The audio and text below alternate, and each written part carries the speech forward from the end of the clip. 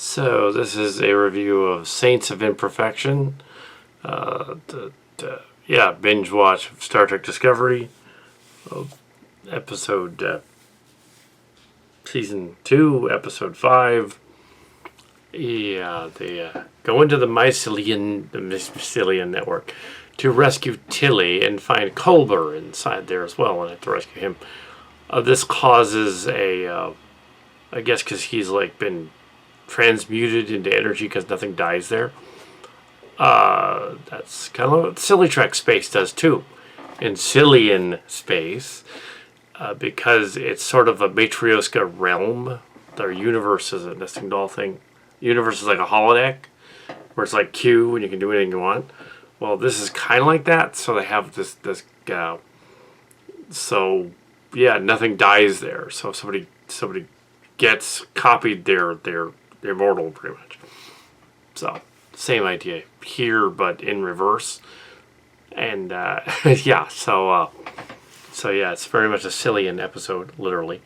So they wanted to correct the cliche that was last season of having Stamets's lover, the Doctor Culber, having him been killed. So they basically just made up this elaborate story that the Mycelian network took him. All he had to do was rescue him from it, and then reconstitute him using the cocoon from the ship. Also, the Section 31 ship helps, and the commander on that ship behaves like Raxler from Starcrackers. So if they just put them all in, this episode was pretty much like that. He was pretty much being Raxler, and Pike was being Clark. Pretty much.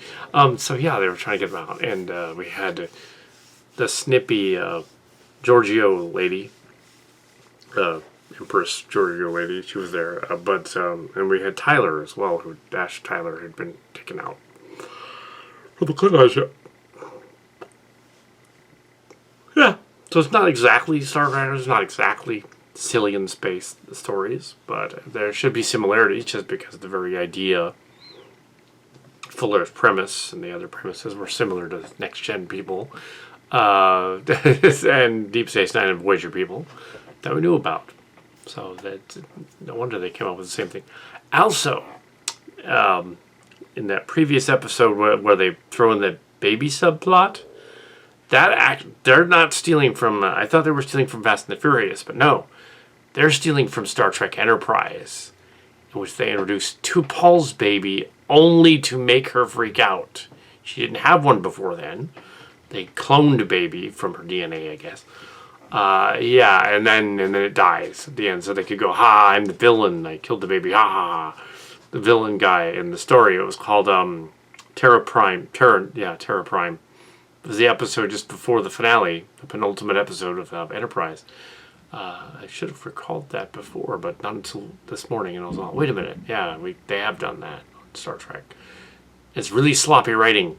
And this one's kind of sloppy, too. It's kind of like we're going to bring back this Culber guy.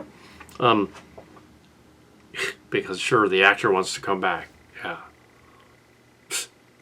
Even though the Tyler character technically turned evil and killed him.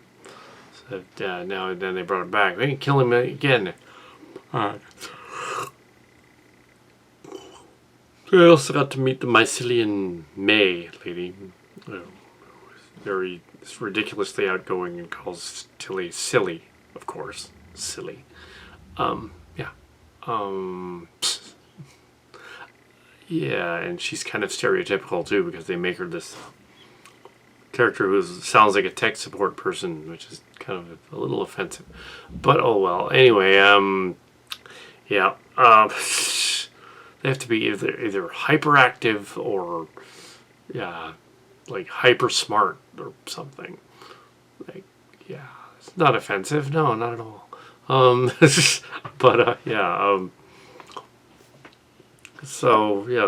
Culber is back. They re-engineered him using the cocoon thing, because they brought Tilly back to the realm in the story. So they used the cocoon to reconstitute Culber's DNA, I guess from transporter records or something. Which begs the question, couldn't they have done that earlier? I know the ship was being attacked by the mycelium creatures that thought he was an enemy, invading this creature. Very similar to a classic Trek episode when they went into the space amoeba and it was like eating the ship. Yeah, similar to that. Or that episode of TNG where something like that happened.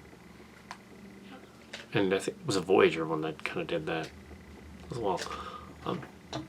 It's still kind of silly because it would have actually killed them, but it's faux Star Trek. So yeah. Anyway, so that's Saints of Imperfection, and it had a weird prologue and epilogue of dialogue from Burnham. I think the main problem with the second season is that they're trying so hard to add in stuff to make it more hip and less dark that it doesn't work when the theme is still dark. So like randomly there'll be like almost Orville type like snippies and witticisms and stuff, and it will be like not at all fitting in the story. That's not how to do it. They could go back and read the Cillian books, the Saga of Starship Locations. They could read that, and they would learn how to write proper Star Trek parody. But they could read it more and just crib more stuff from it. Anyway, yeah. Also, what was the ship empty at the end? Oh well. Anyway, yeah, so the Section 31 ship is like Raxler ship, don't they? Now, Raxler and Clark are the two main characters from Starcrackers and from the Sphere of Influence and the series, now known as Space Vanguards. It's Kal Kat and Mark's Cards, Brown and Yeager. Yeah, so I know they aren't really taking from them. They probably just heard outlines of them and we're just like, oh, that's clever. Yeah, it's a science fiction trope, basically, they're copying. I'm sure they're not thinking of us. That would be really weird. But it is uncanny. And also, Giorgio has an apple at one point, and there's a gag with an apple in there. So everyone has to have a gag with an apple. That goes back to the 90s in the game. So they've during the Pine days, we could have sworn that there was at least one or two of those teachers was cribbing our ideas and calling up Paramount, telling them, "These kids did the scene with an apple in a backpack. It's funny. Can we put it in the show?" Next Gen. Now the same thing. 30 years later. On Discovery. Anyway, this is the apple gets tossed on the ground. So is it gone? Is it all rotting on the ground? I don't know.